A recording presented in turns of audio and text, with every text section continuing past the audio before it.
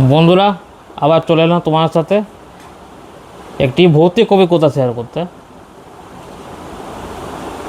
ছোটোবেলাতে আমরা দাদু ঠাকুমার মুখে গল্প শুনেছি, ভূতের গল্প।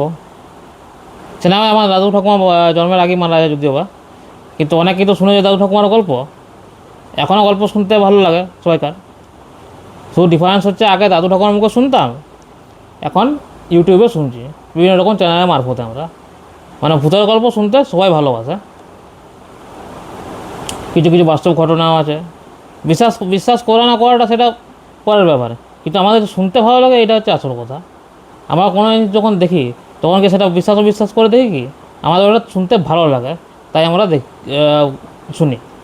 তো যাই হোক, আজকে একটি ভৌতিক ঘটনা বলতে চাই, তোমার সাথে শেয়ার করতে চাই। এই ঘটনাটি ঘটেছিল রাকেশ নামে একটি ছেলের সাথে। রাকেশ নামে ওই ছেলেটির বয়স প্রায় 30 থেকে 32, মানে ইয়াং ছেলে ধরে না। তো সে কলকাতায় একটা মশলা কোম্পানিতে কাজ করতো। তো তাকে মশলা প্রচারের জন্য, মানে প্রচার, সে কোম্পানিতে বিভিন্ন রকম কাজ হয় না, বাইরে যেতে হয় টুকিটাকি। তাকেও অন্যান্য জায়গায় যেতে হয়। তো তার এই কাজে ভালোই লাগছিলো যে বিভিন্ন জায়গা ঘোরা হচ্ছে, মানে কাজ করাটাও হচ্ছে, আর এদিক ওদিক বিভিন্ন মানুষের সাথে পরিচয় হচ্ছে, ঘোরাও হচ্ছে। তো একদিন ডিউটি পড়েছিল, মানে ডিউটি ঠিক নয়, মানে যেতে হয়েছিল আর কি, পুরুলিয়ার রঘুনাথপুরে। তো পুরুলিয়ার রঘুনাথপুরে ট্রেন জার্নি করলো, আর ও একটু মিশুকা টাইপের ছিল। ট্রেনের সবাইকার সাথে গল্প করতে করতে অনেকে ওকে এই জন্য ওকে বিরক্তিভাবও লাগতো। অনেকে বলতো যে খুব বকে চেহারা। তো রাকেশ ওইসব ব্যাপারে কোনো কেয়ার করেনি। সে বলতো আমার মানুষের সাথে কথা বলতে ভালো লাগে, তাই আমি বকি। তো সে অত ও কিছু মনে করতেন কারো কিছু কথাতে। তো রঘুনাথপুর পৌঁছালো। রঘুনাথপুর পৌঁছেই একটা হোটেল বুক করেছিল, মানে কোম্পানির থেকেই করে বলে দিয়েছিল আর কি হোটেলটা।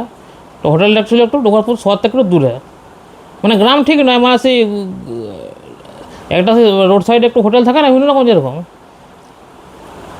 শহর থেকে একটু দূরে হোটেলটা ছিল আর কি। তো হোটেলটার নাম আমি এখানে মেনশন করছি না। তো হোটেলটা ওখানটায় টোটোয় নিয়ে গেল। তো টোটোওয়ালা বলছে যে বাবু, আপনি কোন হোটেলে, মানে এই হোটেলটা যেতে চান? তো ওই হোটেলটির নামটা বললো। তো হোটেলটার নামটা দেখে একটু খটকা লাগলো। হোটেলটা ওই স্টেশন থেকে বেশি দূরে ছিল না, মোটামুটি 15-20 মিনিটের রাস্তা ছিল। তো স্টেশনের নামটা দেখে টোটাল একটু খটকা লাগলো। ওই বাবু, এই হোটেলটা কেন? এই হোটেলটা কি, এই হোটেলে তো আর কোনো হোটেল পেলেন না?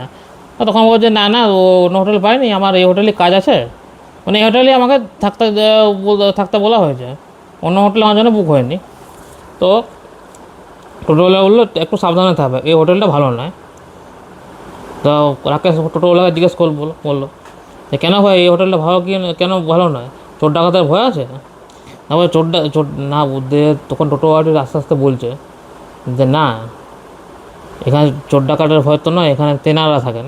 তেনারা মানে অনেকে ভূত প্রেতকেও তেনারা বলে। তো রাকেশ তো প্রথমেই হেসে উড়িয়ে দিল, ও এইসব জিনিসে বিশ্বাস করতো না। মানে কোনো সুপার ন্যাচারাল পাওয়ার আছে বলে ও বিশ্বাস করতো না আর কি, ভৌতিক কোনো পাওয়ার থাকতে পারে।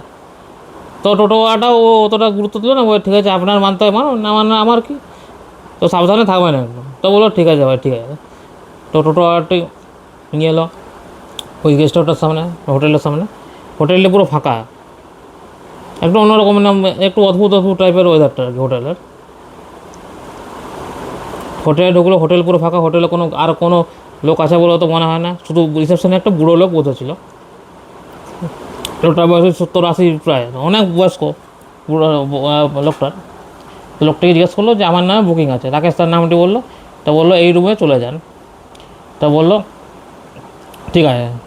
তো বুড়োটা যাওয়ার আগে বললো যে বাবু, আপনার যা কাজ কিন্তু এখনই বললেন, রাত্রেবেলা আপনি কিন্তু আমাকে পাবেন না। আর রাত্রেবেলা যদি কেউ তো ঠকঠকও করে, মানে দরজাতে কেউ ঠকঠকও করে, তাতেও আপনি কিন্তু খুলবেন না ভুলেও। এই হোটেলটা খুব একটা মানে ভালো না, আমি আছি কিন্তু হোটেলটা খুব একটা ভালো না। তো বোঝা গেল এ হয়তো সেই ভূত প্রেতের কথা বলছে। তো রাকেশ ইগনোর করে দিল। আচ্ছা ঠিক আছে ঠিক আছে। তো তো রুমে যাওয়ার পর কাছে সামনাসামনি হোটেল থেকেও মানে খেয়ে দিয়ে চলে এলো, আচ্ছা শুধু চলে এলো। মোবাইল ঘাটাঘাটি করতে করতে তার একটু রাত হয়ে যায়। তখন সে শুয়ে পড়ে। রাত মোটামুটি 1-1:30 থেকে 2টোর সময় হট করে সে ঠক ঠক আওয়াজ শুনতে পাচ্ছে, মানে গেট, মানে বাইরে থেকেও নক করছে তার গেটটা। একবার নক করলো, খুলে দেখলো পুরো করিডোরটা ফাঁকা, কেউ নেই। এরকম 2-3 বার পর নক করলো। রাহুল আসতে বিরক্ত হয়ে, রাকেশ লাস্টে তো বিরক্তি হয়ে গেল যে কে এরকম করছে, এটা মজা করার জায়গা কি, রাত্রেবেলা এরকমভাবে মানুষকে হ্যারাসমেন্ট করার কী মানে হয়, হয়ে গেল। দিয়ে আর রাকেশ রেগে রিসেপশনে গিয়ে জানাতে গেল যে আমার সাথে মানে কেউ বদমাইশি করছে, কিন্তু আশ্চর্য বিষয় রিসেপশনে ফাঁকা, তখন কেউ নেই। আর ওই বুড়ো লোকটাকে আর দেখা গেল না। তো রাকেশ হয়তো বাড়িটার কাছাকাছি বাড়ি, হয়তো গ্রামের কথাবার্তা কোথাও বাড়ি, হয়তো চলে গেছে, কত বলেছ যে রাত্রেবেলা পাবেন না আমাকে। তো রাকেশ ওরকম করে উপরে চলে গেলো। ও তো ভূত পেতে যেহেতু ভয় পায় না, অতটাও ইয়েও করলো, ইগনোর করে দিল। ঘরের রুমে এসে দেখছি একটি মোটামুটি 25-26 বছর বয়সী ছিল বসে আছে, তার বেডে বসে আছে আর কি। তো রাকেশ তো অবাক, এই হোটেলে কাউকে ঢুকতেও দেখলাম না এখন, আর রুমটাও আমার বন্ধ করা ছিল, তাহলে ওই ছেলেটা ঢুকলো কোত্থেকে। তো রাকেশ হয়তো ভাবতে ভাবতে ছেলেটিকে জিজ্ঞেস করলো, তো ছেলেটি তার নাম বললো। তো ছেলেটি বললো যে আপনি এখান থেকে চলে যান, এটা আমার রুম, এটা আমার রুম। তো রাকেশ ভাবলো তো ছেলেটা পাগল টাগল হয় না, নয় তো, কেন হোটেলকে নিজের ঘর বলছে, এটা আবার কী রকম ছেলে দেওয়া। তো কথা বলতে বলতে তো রাকেশ এক সময় বিরক্তি হয়ে যায়, বলে তুই পাগল টাগল আছো নাকি ভাই, এটা হোটেল, এটা কারো ঘর না।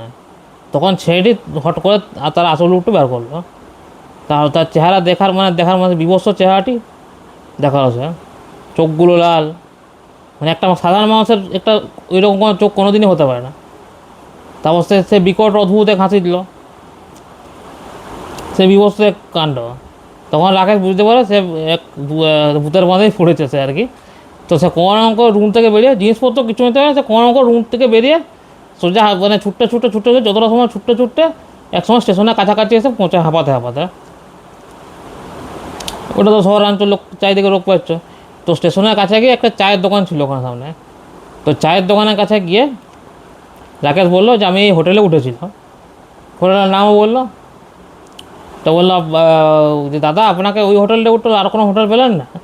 তো বললো যে না দাদা, আমাদের কোম্পানির থেকে অ্যালট করেছিল ওই কোম্পানিতেই যে এই হোটেলে উঠতে হবে আর কি।